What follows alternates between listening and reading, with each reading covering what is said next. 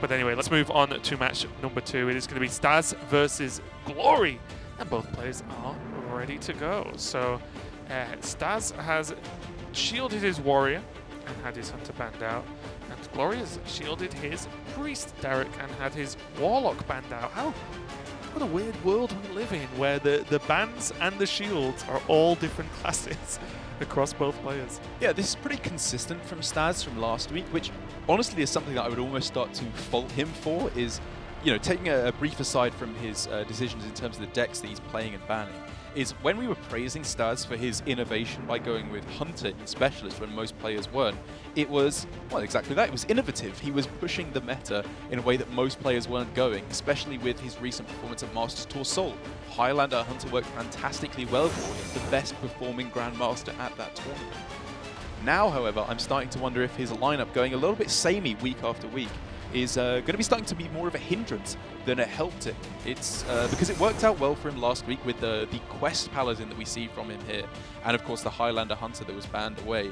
But his strategy in terms of picks and bans is also pretty much identical to last week.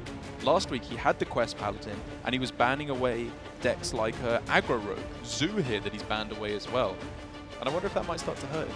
Yeah, it's a little bit strange, isn't it? And we'll have to get that fixed because it's not Control Warrior, I believe. This is Bomb Warrior. It just happens to run Executes.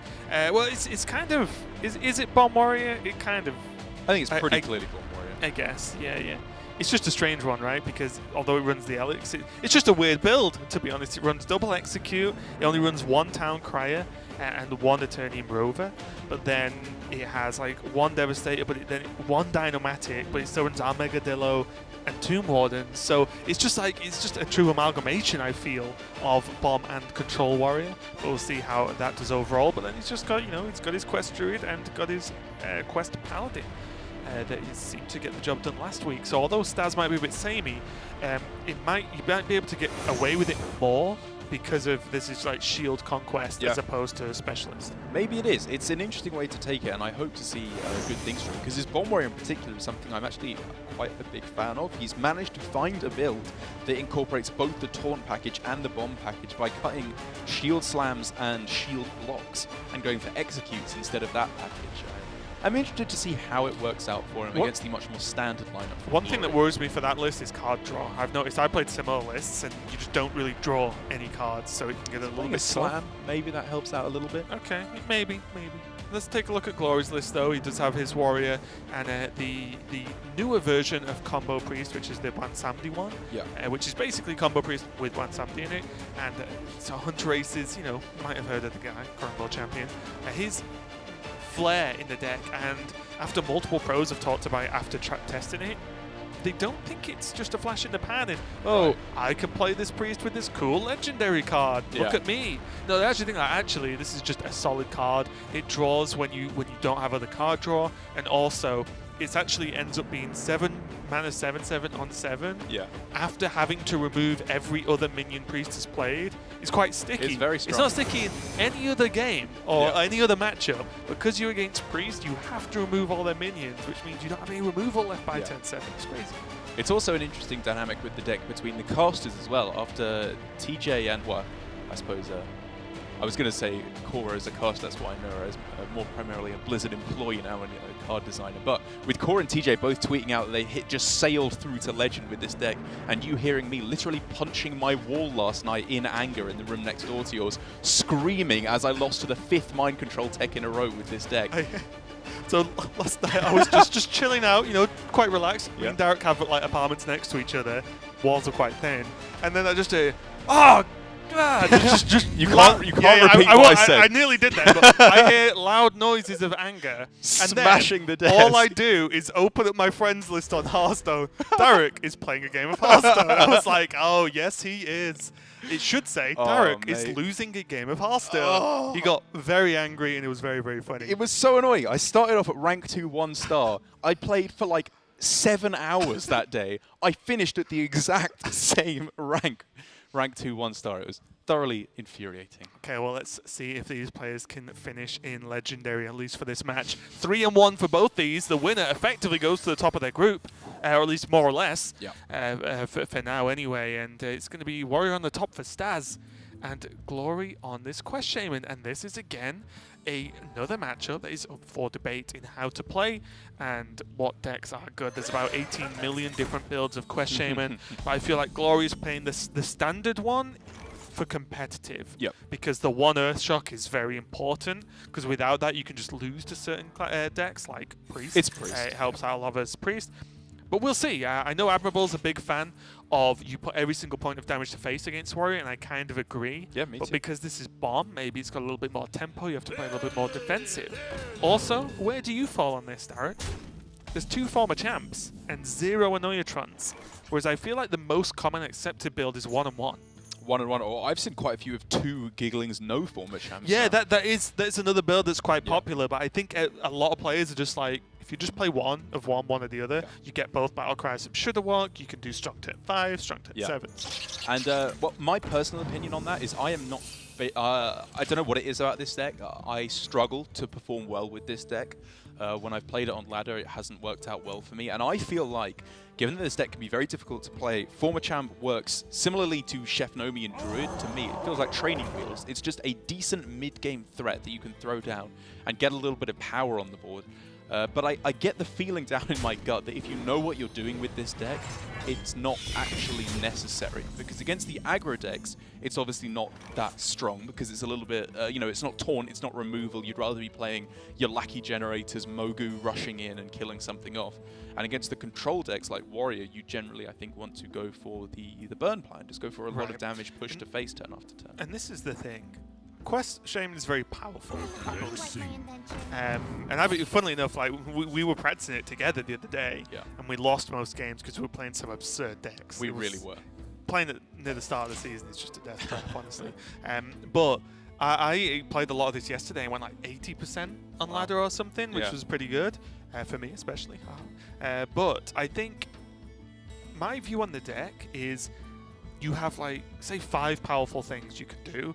But if you mess up doing any of them, you can put yourself in a bad spot. You know, quite a bad like part of the game.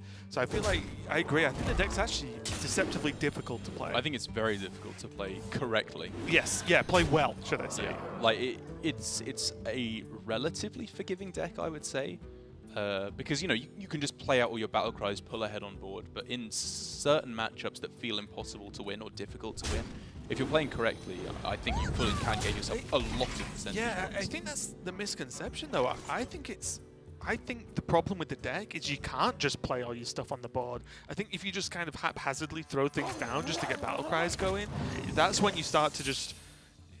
Maybe that's what I'm doing wrong. Maybe not value the cards well enough.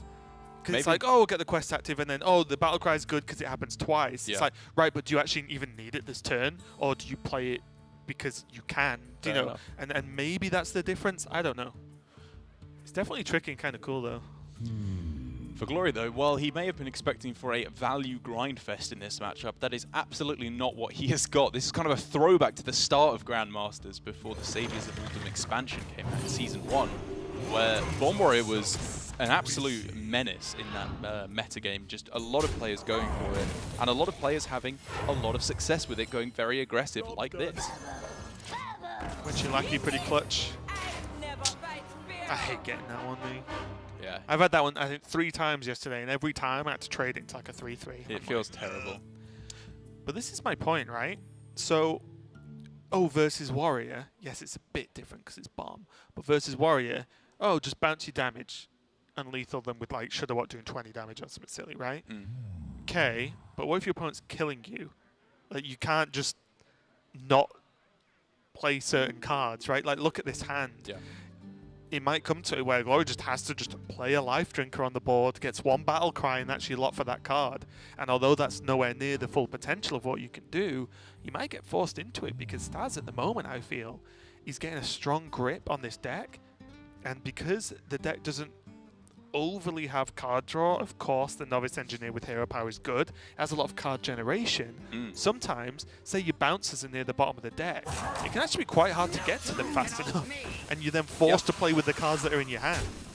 But at the same time, that also means that you're drawing the bombs slower, and I would argue that is far and away the biggest advantage that Staz has at the moment. Is I think he's obviously pulled ahead in the start of the game, he's going to lose that eventually. I think this Shaman deck will be able to pull at least to an equilibrium on the board.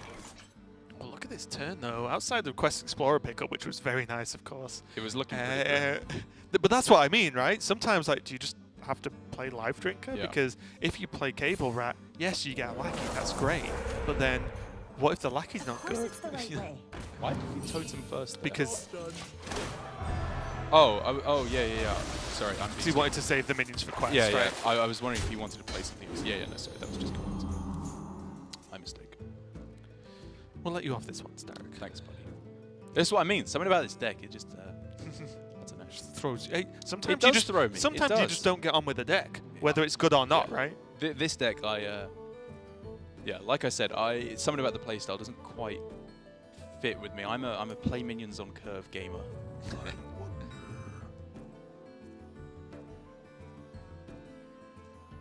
No.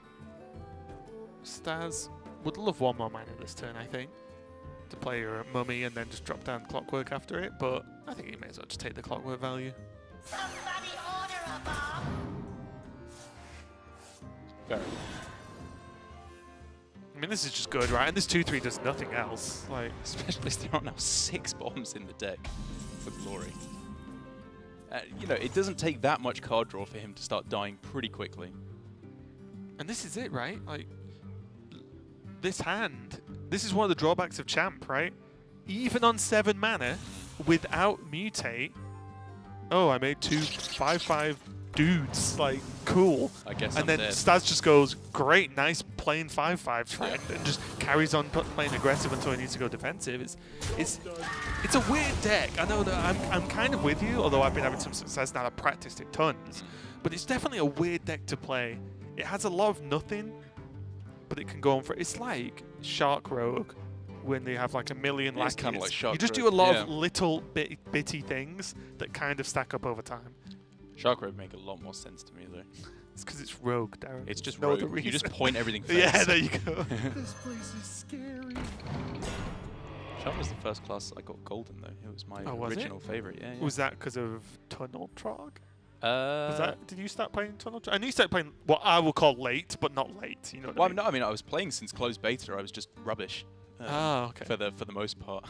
Yeah. I- When did you start actually playing the game? I hit Darren? Legend for the first time. I think Blackrock. I think was the first time I Okay. hit Legend. Because I was mostly like arena player. One of them. Exactly. I I haven't definitely played arena in like 3 years now. have. Same. I won't go into stuff complaining about arena. I think I'm bad at it, I think. Yeah, same. But there's Earthshock, not too mind-blowing right now, but not bad for dealing with stacked mechs. It's definitely just not a bad card overall. Maybe it's used this turn just to kill a 3/1. Depends how he wants to spend the mana, I suppose. Like saving life drink. So this is an interesting thing to talk about. Where we've been talking about against Warrior, you want to stack your life drinkers, right? You want to bounce them back and play them again, get as many activations as possible. Usually it's because that's the best way to actually close out the game, because Valley, Warrior can deal with very easily. Pushing everything face, Warrior does struggle to deal with, I would say. Yep. But I think that for Glory here, the Life Drinker, it's mainly the heal that's actually helping him here. That's why he needs to get multiple activations of Life Drinker rolling, because it's the only heal in the deck.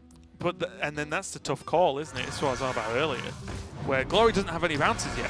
He's not drawing any, because the deck, as you can see, doesn't actually draw that quickly outside of exactly Hero Power Novice. And then if he plays Life Drinker now, well, he might survive another few turns longer than he would normally, or a turn longer. But does he win? I don't know, but it's very, very difficult indeed. And now we see the former champ coming down for double 5/5s. But this board can be cleaned up relatively easily. Yeah, I wonder how Staz approaches this, because obviously simply a double Warpath would allow him to push 3 face, which means 2 bombs just end the game. It probably doesn't happen the next turn, but at some point, every point of damage that he can push face is very important. What if he just Warpath, as in one Warpath played twice with Echo, not both Warpaths in hand before anyone's like, Interesting play. That's stupid. And then just passes, like armor up pass.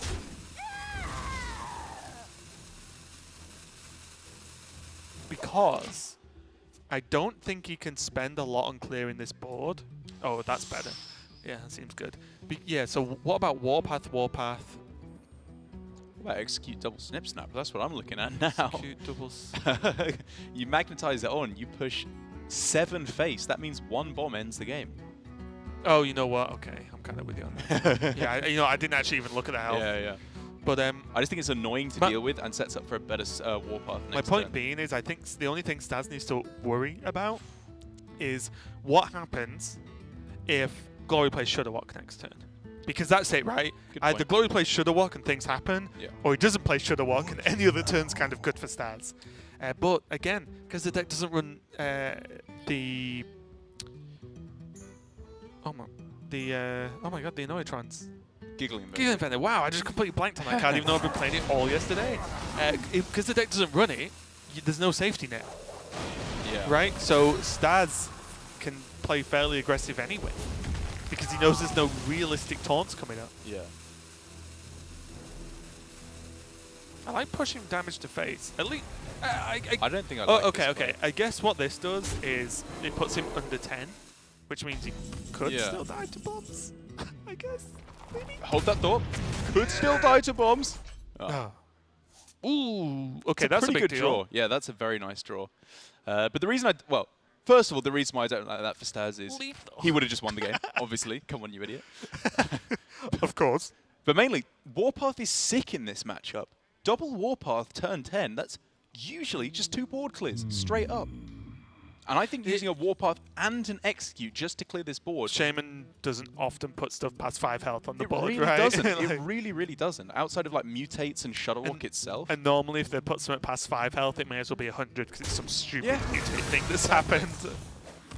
Huh? Glory is playing with fire here. Glory? He's not playing Life Drinker. What?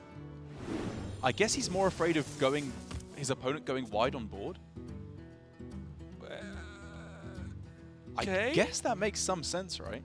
But he could like Hero Power Life Drinker Bog, Hero Power Life Drinker.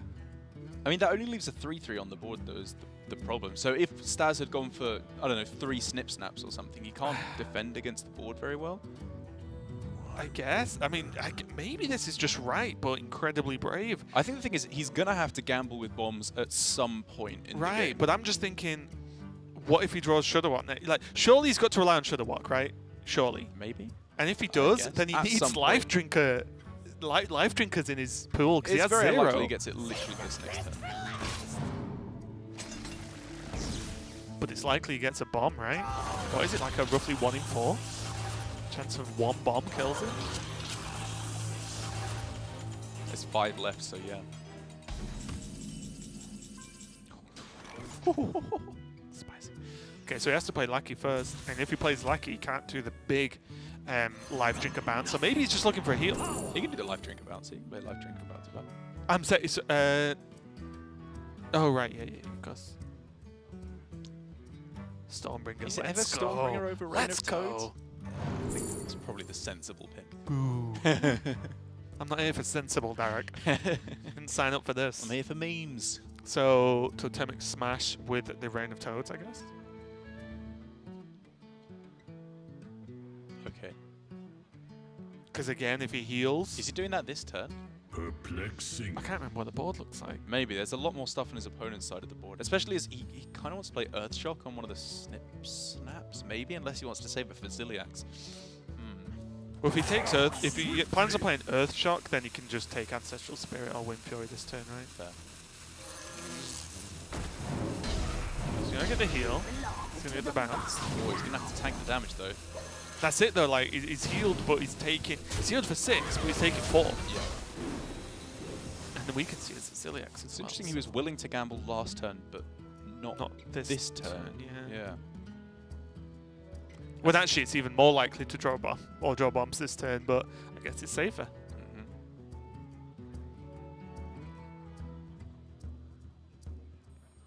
I'm wondering how opposed Staz is to just going for Ziliax's face and trying to go for that one I'm bomb with answer. you. I guess with the fact that he knows there's a Life Drinker in hand, you want to be a little bit more reserved than that, because if it goes wrong, you don't want it to be disaster. But so my question is, does trading and making the game last longer really solve the issue of Life Drinker? Because to me, it gives Glory more of a chance. Maybe. Because what if Glory has another bouncer in hand and he goes Hero Power, Life Drinker, bounce again, and then start stacking them? I think I would just go face, because Staz's health doesn't matter right now. He has Brawl if anything goes truly silly. And this is one of the things I haven't liked about Staz's game plan so far, is I feel like if he'd gone more aggressively towards the face in earlier turns, he would have had more removal cards in hand. And he's going aggressive here, which I'm a fan of at this point. But he's out of Warpaths completely now. And I feel like if he'd played, gone with the plan, just snip, snap, magnetize on an earlier turn and saved the Warpath, and gone execute and saved both Warpaths, he'd have more removal at this point, and he would have been closer to delivering lethal. I must ponder.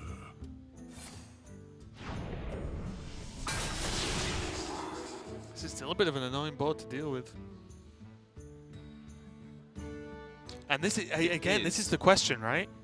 So can Glory has to play this Life Drinker. Pretty much. But that means he's got, what, 2 Life Drinker Battle Cries in the pool so far? Which is only 6 health. It's not that much. There's still 25 damage in the deck in terms of bombs. Only 18 cards. Yep.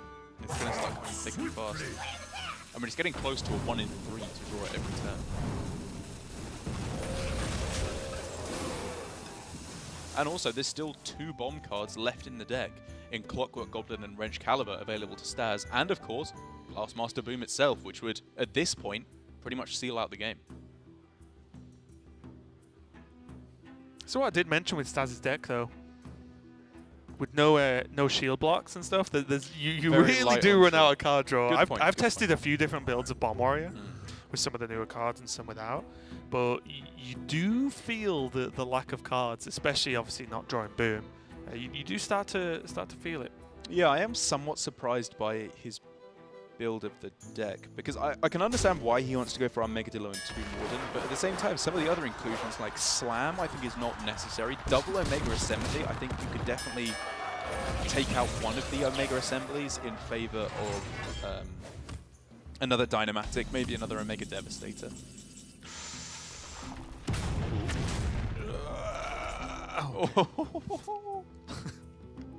So from this point on, Glory either finds second Life Drinker, Shudderwalk, or Bomb. 2 of those keep him alive for a turn or 2. Bomb ends the game. Of course it's the right way. And the problem is, he's not killing Staz especially quickly.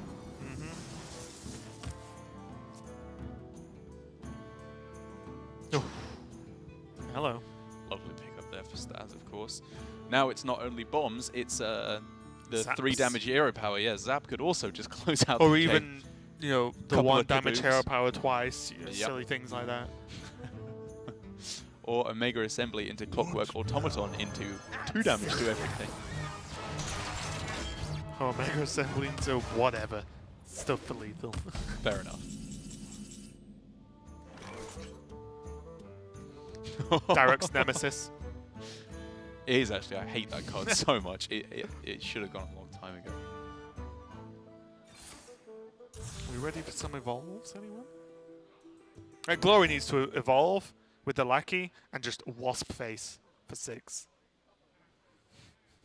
The longer the game goes on, the more Ant-Man's chances. first and less popular sidekick, Wasp Face. I must ponder. It's alright, I got this one. Don't worry, Wasp Face.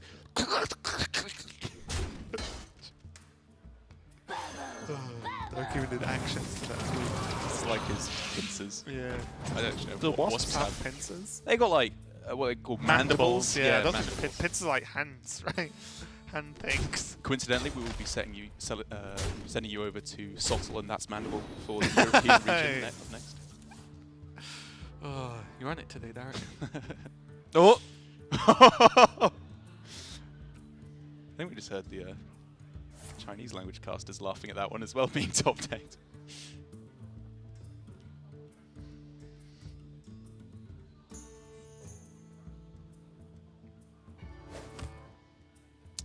Well, it's just a waiting game here for Staz, because he's clearly not getting there through damage or Lord. He just needs to not die, and this seems like a pretty decent way to not do so for the moment. Could get there next turn with damage and Lord, right? Yeah, I suppose he could actually get there now. Zapparoo! Hey! Never mind! It was lethal anyway! And Staz takes game number 1 over Glory's Quest Shaman. And again, I'll reiterate, yes, Staz was playing a bit of a weird build, he was playing Bomb Warrior, but the interesting part for me is the assumption that Quest Shaman just destroys Warrior, I think might just be a bit of a strong assumption, because you not only have to get to your bouncers, you have to get to like your life drinkers, you have to get to your bouncers and some other damage as well. Then you have to find time to, I mean, just Bog Slosher and life drinker, that's 7 mana, 9 mana if you want to push extra with the hero power. Yeah. That's a whole full turn. end game turn where you've played a 3/3. It's done nothing, right? Yep. So you have to find that space in the matchup, and I think that's quite difficult in general, but that was just game number 1. Glory versus Staz is going to continue after this.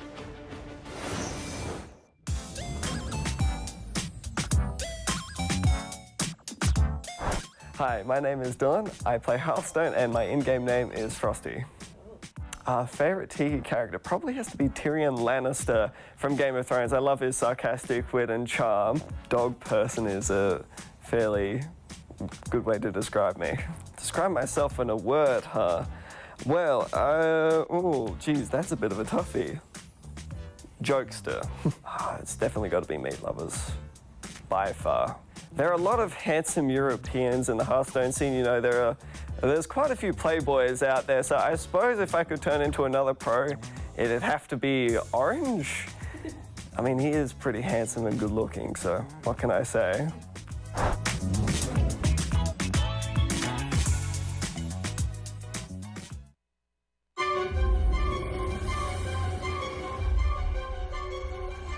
Legends say powerful treasures are hidden everywhere here in Aldum. If we hope to defeat Rafam, we'll need as many as we can get. He's already unleashed the ancient plague lords and countless monsters. Keep them distracted, Reno. Not a problem. This plan is totally gonna work. Ain't that right, Finley? Yes, I have them right, Red Eye. There is an artifact here. The name is... The Scales of Justice. Oh, it must be really fancy. only to be used in a time of great peril. Yes, I think this qualifies. Hey, look, Finley. You've lured one of the Plague Lords. Take this, fiend. In the face! Yeah! Hey, guys, get that treasure. We've got a Plague Lord to destroy. Get these, Harry. Not to worry, Finley. We just push this thing right here. No, that's a trap. Watch out! It's all good. I am totally tired. Gracious me. What we actually need to do is press this. And there.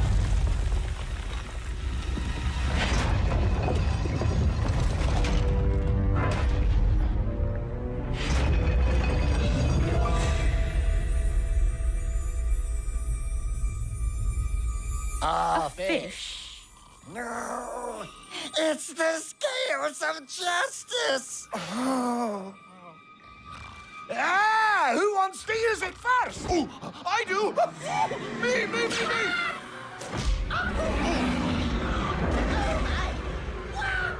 On second thought, maybe give it to Finley? All you had to do was hold a rope.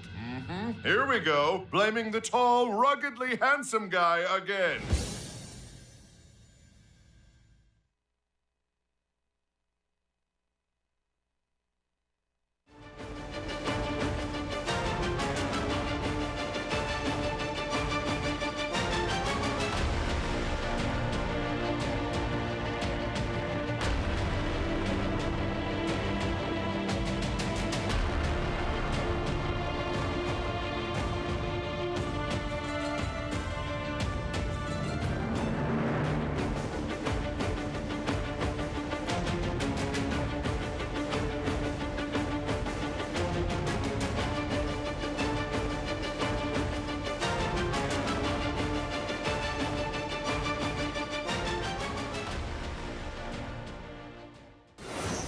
We are back with game number 2 and match number 2 between Staz and Glory.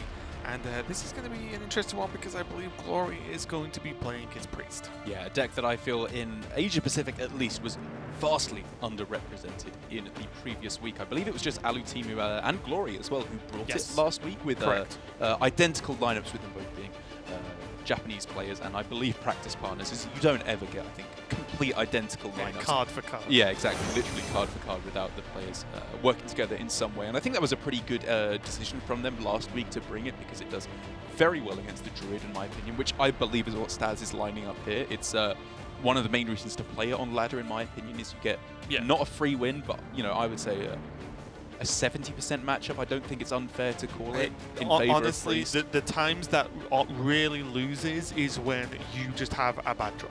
Exactly. Which is Which that does happens in happen. Hearthstone with most decks. You can have a bad draw and just lose the game, and that's just the way it is. But Priest, I think, right now, especially the build, I would say, everyone Samdi included, in my opinion, you can actually recover from bad draws sometimes with that card, which is very interesting because it was like the one weakness Priest had of just saying, well, if you manage to clear like the first 4 minions and they didn't spam out loads of card draw, you can win because they just don't. Priest on single card top deck mode sucks 9 times out of 10. Yeah. But let's see how it goes. Staz on the top on the Druid got his work cut out from him for making this 2-0 versus Glory on the Priest. As I've already started to see the Twitter jokes. Cleric on 1. Yeah. Is somebody injured? Smiley face. Yes. Yeah. It can be very, very frustrating to play against these starting hands from Priest. But Glory's saying he wants to hold on to the Cleric a little bit later. Maybe get the damage rolling with this Light Warden and throws out first. Yeah, what do you think of that? Is it purely for setup plays? I mean, okay, so it looks like with this play again, which surprises me a little bit, is I guess Glory just wants to go wide and aggressive because there's no great answers. Like, Staz needs exactly Wrath to kill this Blade Master in a way that will still proc his quest. Obviously, he could have beaten it, but chose not to.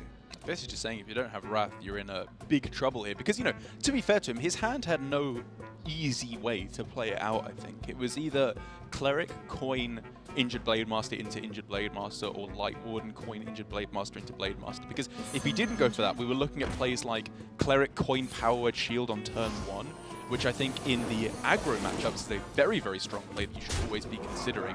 In these matchups, though, I think going for this kind of play where you take a little bit of a risk, coining out the Blade Master, means you ramp up your damage so much quicker that it's probably worth it.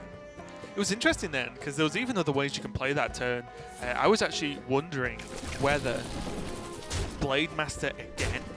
I was looking at that too. You play it and then you just Psycho Pump it because it's going to get beezed, or at least we know it's going to get beezed. Yeah. And second, Cleric. Oh. Wait, what if it's Psycho Pump instead? Yeah, I wonder. Psycho Pump Cleric with Reborn? I think this is slightly better because you can, we can see it from Glory. Cleric, Power Word Shield, Circle of Healing, and then Inner Fire on the... Do you trade the 3-2 in first? Yeah, I like this. Okay. It's an extra card draw. Like that's a big deal. For 5 damage to face you're missing, I suppose. Yeah. I mean, this is a different way entirely, right? But for me, I feel like if I'm Glory right now, I feel the only way I'd lose now versus Staz is if I run out of cards. Fair. So just, who cares? Staz is on 18, sorry. Honestly, I think either way, Yeah. Glory probably just wins this game, as War Druid Loti is one of the only cards that can pull Druid out of these kinds of situations. But even then... Even then, I would say this isn't actually the kind of situation you want. What do you even Loti? Right, exactly. Because usually Loti pulls you out of a situation where they've gone Amit, Divine Spirit, and they're hoping that will win them the game. It kills off one hit. There's still, what, 9 damage on board, and we can see Psycho Pump. Well, I mean, Oh, yeah, doesn't even need it at this point. We can see just Hybrid Head anyway. Insane game number 2, and that, my friends, is almost textbook Priest. It does. The reason Priest is so good right now is it does almost that very consistently, which you might think, what? That's busted. Yes, it is. Yes, it is. I it's like fully correct. agree with you, my friend. Random viewer, you are remarkably astute, and I commend you because it's the situation where if you're fighting against Priest early on, be it through tempo in terms of your own board control, like if you're Rogue or Zoo or Murloc Paladin, where you're trying to use your own minions and spells to fight for board, Right. or whether you're Warrior or Control Shaman, and you're using your removal spells early on to fight for the board. Both of those things can be very effective against Priest, because we've seen time and time again, as soon as it loses board control, it really, really struggles to pull itself back in. Like, Psychopomp and maybe Amit are really the only ways I think you can pull it back. Like, you know, we've talked about Born Samdi. It's a powerful refill, but if you're behind on board, it doesn't make too much difference, because usually they can kill it off. It can make the comeback as a minion in certain matchups. If it's like even. Or just in matchups where they just don't have much stuff in general, maybe heavy removal or something. But anyway, let's see what's going on. I believe it is Druid versus Shaman now.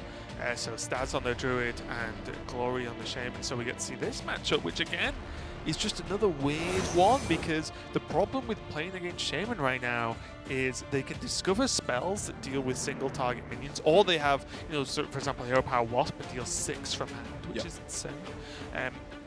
But then there's just the dreaded mind control tag. And I feel like with 99% of decks right now that people play, you just can't really play around mind control tech consistently. Yeah. So you are going to get dumpstered by it, basically. Like, can Zoo play around mind control tech? Not most of the time. I don't think Druid can at all. Like, I think it's really tough.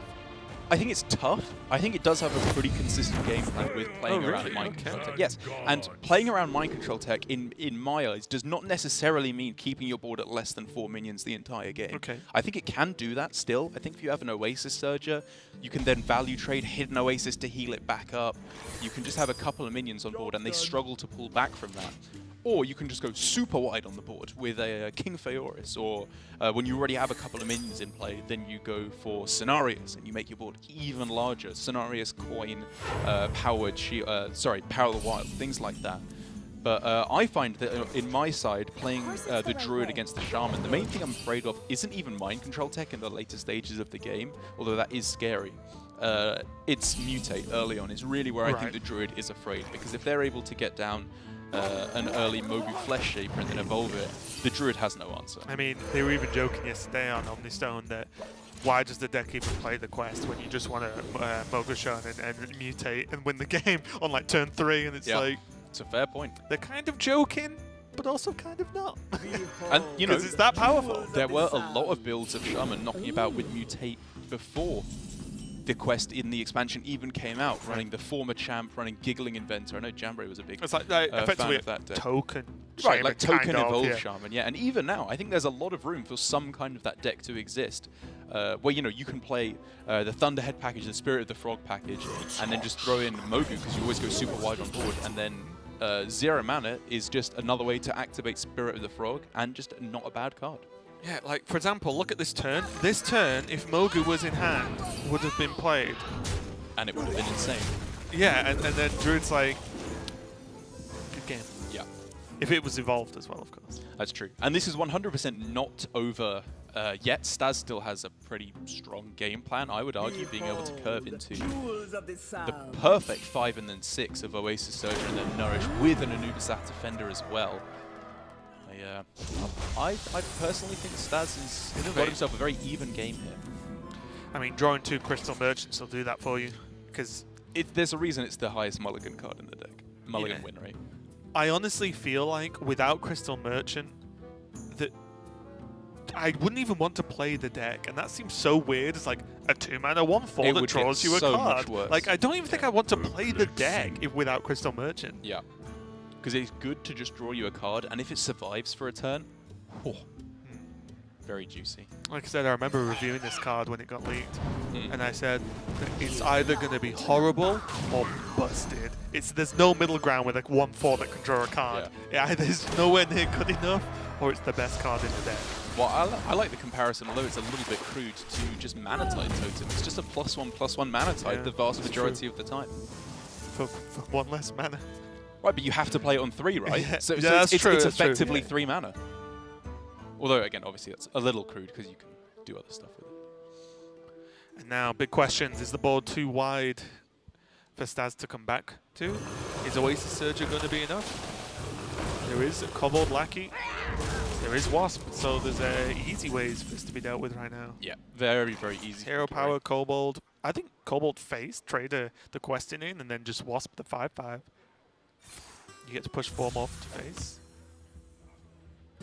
Okay, fair enough. I mean, honestly, I was looking at just starting to launch everything face at this point. I think that's maybe a little bit preemptive now that you haven't seen Hidden Oasis and there's still stuff on the I think board. like just kill this Oasis Surger off cleanly and move on. I think is fine. I think after that I'd go face with everything going forward. It's purely because of the MC tech in hand that I was really considering, you know, do you just bait them into going wide on board, steal 2 of their minions? Like, stealing Oasis Surgers with MC tech is insane. I do think that they'll always go wide on board, because if they're not going wide on board, you win. Fair. And if they are, then you MC tech I with agree. hero power, right? I agree. Because like now, even if it's like Nourish X into King Forest, it's great. Boom, steal. Yeah. If it's Scenarios, you can deal with it, and so on, so on. So I think Glory's looking very good here right now. Staz could turn this around pretty rapidly, though. Nourish into double Anubis Attack Defender is a big swing onto the board, and even sets up for Innovate Phaeorus next turn. Is that 2 6 drops? Not bad. 2 6 drops, a 4 drop. I'd take that. With another draw off the Problem top. is, if it isn't taunt, do you just die? That's the fear with Phaeorus, right? I think with double Defender this turn, he's probably got enough stability to go for it. And again, he doesn't have to. It's just a consideration. Time waits for no one.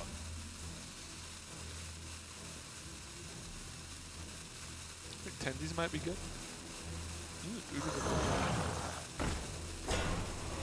Does he go triple Anubis Attack? I think he can afford to hold off here. Flute gets a little bit more powerful than a free 3/4. There is This turn's one got pretty powerful now. beefy turn coming. The former champs coming back into the ring.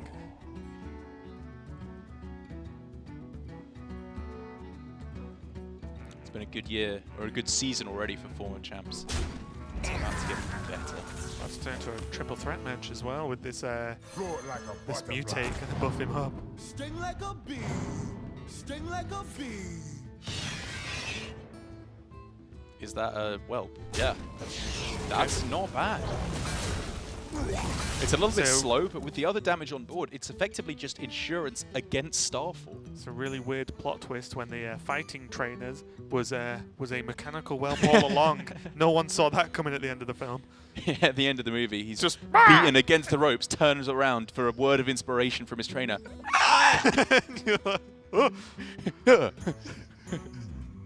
Second Oasis Surger though is actually pretty sick, along with Innovate and Druid of the Claw. Wonder if does he ever go Flute? Is it worth going for it now just for the board? I guess that plays into MC Tech. Oh no, he can trade in. To not play The around. trades are clean, right? Okay. Does he deliberately play around it? I think he wants to trade it again. Interesting. I mean, to be fair though, 4 minions negates the busted MC text. Yeah, it does, and it's kind of quote unquote baiting it out, right? For when you go for King Phaeorus or something like that, or a big Scenarios turn. One thing that's scary though, and I've done it a few times, it's great, is putting the fear into your opponent. When you say like Glory with Mind Control, take this turn, and then bounce it, and you like, you play Furious, yeah, just play it, and your opponent just never plays it again because he knows you've got Mind Control tech in hand. That's the play you'd make, where if you were playing live, you would stare them directly in the eyes the entire Do it time you're in doing slow-mo. it. I dare you. Never break the eye contact. Yeah. And the trades again is kind of weird because it also means that the I mean, MC this is tech always nuts. kills a minion. Right? Yeah, this is just a full board flip, like a nightmare for Staz, and I honestly still think he should have not played into MC Tech there, because it's not just the fact that you steal a 5/5, it's that it rushes in. That's such a Mind big Control board tech swing. is 3 mana 3/3, kill 2 of your opponent's minions. Yeah. And that's without even the hero power. And, you know, he has the ability, I guess, to go for a King Phaeorus here, but now that there's this much pressure on board, does he? Can he go for that here? I think he just dies. Or at the very least, it's too scary to really go for. He got more. I think he might have to. I think he might have to Phaeorus, hope that there's no bounce for MCT, and then Scenarios to win. Honestly, like, because remember, the more spells you play in, the It less gets good worse. Fioris is Yes, getting. yes, So then yes, I know that. do you just say I'm not playing Fioris for the rest of the game? But I'm wondering if we should see something like Wrath and Swipe the 7/7, and then Innovate Druid of the Claw to take out something else small, because Wrath draws a card which maybe gets you another spell. Swipe is a 4-drop which loses you out on King Fioris, which sucks. But I don't know. Oh, good. It's an arrow sandwich. Okay. I guess this kind of squishes up the board to make for a better swipe clear next Oh, turn. he can push a lot of damage though. He really can. Especially if he finds Wasp himself a face Kobold Lackey. saves the day. Look at these evolves too. Could just evolve the 7/7. That's true, yeah. Oh. What would that give him? That Is- 1-drop can become a 5-drop. That Murloc can live his dreams right now if he really wanted to. Does the what cost is the mechanical dragon? Is it 6 as well, or is it 7? I want to say it's 7. Yeah. I think it's a 7 mana 7/7. I think it is, but I'm not certain. We'll find out. They usually make the tokens off death rattles and stuff like the cost of what that should be. Like Bane, as a Bane is minion, Bane is a yeah, 4-drop. Whereas Bane is obviously a 6-drop. Well, let's see. Yeah. 8 and then It's a 9. 7. All right. Whew. That's good enough. That'll do, Witchy Lackey. I would have 100% Titanic like it the Sarah. I would just been like, yes, look at that. Yeah, I think I agree with 16. you. What does a The druid druid do? does nothing. What Right? does a druid Literally has do? to tank everything into. Yeah. Oh, druid does that, I suppose. Well, whatever. Yeah. But I think druid also loses. This is the kind of thing with Shaman here, where there's so many different things you have to consider that Glory could have gone for there. And honestly, I think he could have optimized his damage to face a little bit better there. Like, you know, sinking 6 damage into a 4/4 there, I think was probably slight overkill. Whereas perhaps killing off the 3/3 and the 1/1, sending 6 damage face, and then playing a Witchy Lackey might have been the way to go to Right. solidify like, his board a bit more. If he ever considers that these minions are going to hit face, he nets 2 damage. Because they deal 8 instead of 6. Well, he would have got 6 damage to face instead of 4 this turn. So, But so the he would minions net to- gain oh, it right. for, yeah. for the next turn, which is like a +2. But he could have played more cards. But from that's his true. hand. Yeah, he would have done the damage and had minions. Right. I suppose. And yeah. I don't think cards in his hand is his biggest concern. Good And now in flip. one fell swoop, that is able to completely swing things back in his control. I'm impressed. And Glory is left pretty high and dry. Glory might actually be going for the shoulda, woulda, coulda right now. And he's going to be able to get there very quickly, Can at least kill the Loti with this Sandstorm. which is pretty big. I think he draws again. Like, you're not making a board that is Yeah. going to beat a druid that is compounding the board on top of a Scenarius. So just, I think you could just draw. Yeah. Get Life Drinkers on the go and just kill Staz. I There agree. he is. Now we're talking. And this is getting pretty juiced up, because if he was to play another mind control tech as well, that's 2 MCTs in the shuttle. Do indeed. I think he might just jam it next turn. Maybe. I mean, it's very possible, right? I think if this Lackey lives the 1/1, I would Because play then- Shudderwock every time. Wasp Wasp will activates. zap. Yeah. I mean, that's not necessarily good, because it targets randomly, right? Yeah. It depends on the board state, of course.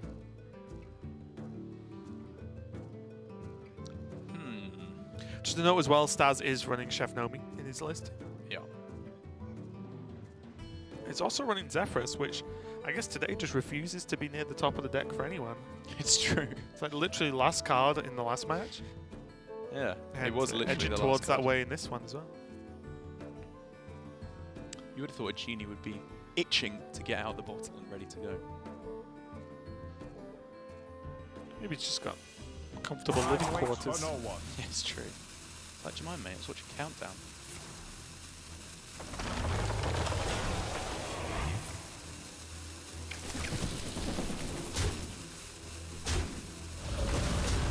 board just swinging back and forth for both of these players. No one able to gain a discernible lead at this point. And like you said, with the Chef Nomi in play for Staz, I guess that favors him in the long run, but I'm not sure he'll be able to actually get there. His hand's starting to look a little bit limp. The easiest hero power. What would it be? Easy hero power mind control tech live drinker. Steal the 6/6, go. Easy. I like getting the mind control tech down, yeah, to get it in play for the shuttle. Close, fair enough. Can just play the elemental now. Yeah. More seriously. We like to have fun. Yeah, a little bit. And the overload on this scenario is also completely insane. Despair. Destruction. It's just like an animation where Finley like transforms into himself. What? In the cartoon that was playing in the break. Yeah, yeah. Where so they get the Scales Yogg adjusted. box. Oh. The Yogg box turns them all into right. Murlocs, and Finley just turns into himself. Sorry, Just I was like thinking Boom of the Reaver other did. one. What the No, one the- with yeah, the the Enter the scales. Two. I'm looking forward to that adventure actually. Me too. She looks pretty cool. It does look very fun. I've been very impressed with the single player content.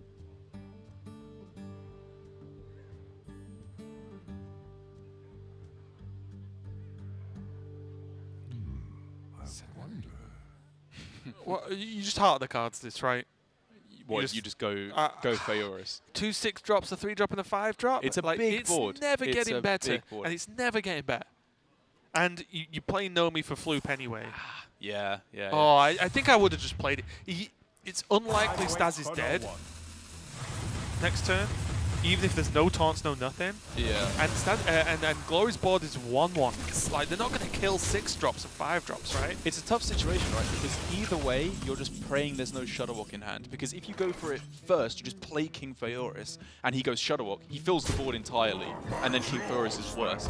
But if you go King Feoris there, he trades in a couple of his minions, and just mind control takes you twice with the Shuttlewalk and steals your entire board. And of course goes for Elemental, what is it, 3 times at this point? Or twice at least.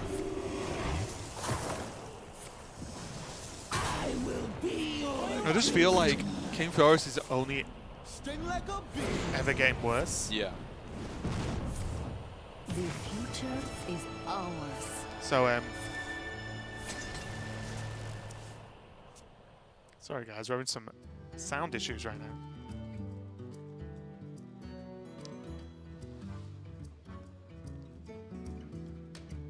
Oh, we might be back. I think it's this one. I should not mess with wires. Just making it worse. I think we're right. I wonder. Alright, back to the game. The Shuttlewalk down, obviously completely populating the board, making it nigh on impossible, or, you know, just not an option to go for the King Feoris this turn, unless he's feeling very hopeful to get just a board full of, I don't even know what he could get, abominations, something to keep him alive, as that's just not possible. He has to draw through his deck to try and find an answer. And without Zephyrus, still, bottom 2 cards, Every time. every time, Every time. right at the bottom of the deck. He's just got to try and find a way to stay alive. And the biggest problem now for Staz is he knows that there is another mind control tech in hand. So as soon as he goes wide on board, 2 more just stolen like that. And look at that though. What did the Starfall even really do? You know, in terms of actual board impact, not a lot at all. So, zero power into Life Drinker. Yeah, I'll go to full health. Thank you, says Glory. I'll get double spells. May as well Plague. pick Murlocs. Yeah, I'm wondering if it's Plague for no. Yeah, I like that pick. Oh, just mutates. Huh? Oh, is that lethal? Yeah, that's just. That looks like lethal. I mean, I think it was 1 damage off lethal anyway with the goblin. Yeah, I think the second he picked it and didn't Damn. pick any of it, didn't pick mutate, Yeah. I was like, yeah, it's got to be lethal. Big Just has to implications though for the league and the way this shakes out, with Glory going up 4-1 now. It means that Staz falls to 3-2, and now we've got another player who could be equally Tom at the end of today. Yeah, it's going to be very, very interesting in that one. And again, it's just, I don't know. I feel like some of the games today have been a little bit weird in plays. Maybe quite easily I could just be wrong in my opinions of how to approach some matchups. But I feel like the Feoris just had to be played, because it's less about is it a good turn that turn. It was okay. It was against a lot of 1-1s and 2-1s. But does it get any better? And if it doesn't, how do you stay competitive on board? Obviously, the shoulda walk sort of escalated the issue in that game, but still, it was definitely a tough one. But congratulations to Glory for the win. And if Alutimu keeps winning as well, then it looks like Japan are going to be looking very, very impressive overall in the season of Grandmasters. It's true. Alutimu off to a bit of a rough start, I think, here in Grandmasters Season 2, at least compared to his second place finish in Season 1, where he was looking very, very strong. I agree. I think he's got a very good read on the metagame, and it feels to me, surprisingly, like Alutimu and Glory, given that they are practice partners and often have similar styles of play, feel a lot closer to the European style of play in terms of, they had the Priest last week, and they were the only 2 players to bring which was mainly Hunter Ace's practice group was going for the Priest last time. They really believed in it, and it soared in popularity even compared to last week. And I think that's really an interesting dynamic with Glory and Alutimu, where a lot of the other Asia-Pacific players feel very far removed from the standard Western metagame that Europe and America seem to adopt. Yeah, it's very interesting to just see how each sort of mini group within Grandmasters approaches the format and just the new cards in general. But let's go into the next game as well. We've got